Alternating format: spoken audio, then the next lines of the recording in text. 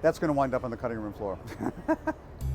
When you think of the Meatpacking District, you probably think about businesses like trendy clubs, great hotels, trendy boutiques, but it wasn't always thus. I'm Jeff Goodman from Brown Harris Stevens, and I'm going to take you on a little tour today of one of my favorite neighborhoods in the city, the Meatpacking District. In the beginning of the 19th century, this part of the island became an upper extension of Greenwich Village. Before there was meatpacking, there was residential use, like right here. Construction of residences in the neighborhood began in the 1830s. Then beginning around 1850, the railroad came through here. Open-air market space for the buying and selling of regional produce. And after that, can you guess what became the predominant industry? Meatpacking.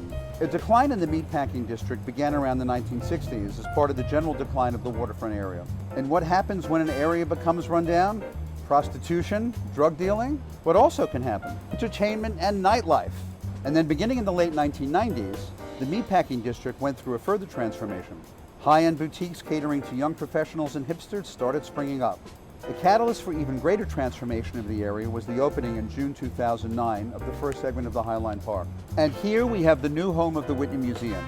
From 1966 to 2014, the Whitney was located at 945 Madison Avenue on Manhattan's Upper East Side. And then they designed and built this beautiful new building, which also marks the southern entrance to the Highline Park. The Gansevoort Hotel was the first luxury hotel in the Meatpacking District. There is even a private club here, the Soho House. There were a host of other businesses here. Here is another hotel, the Standard Highline. It's 18 stories, and it's built actually over the Highline. It's 55 feet above street level. They have several businesses on the ground level.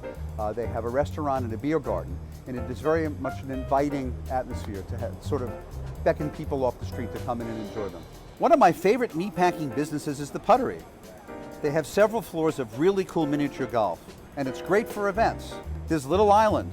It's a public park located atop Hudson River's Pier 55. If you've been to some of the older parks of New York, you've probably walked on streets that some people would say are cobblestones. They're really Belgian blocks. But the Meatpacking District is the only neighborhood in the city where not only the streets are Belgian block, but even the sidewalks in the plaza are Belgian block.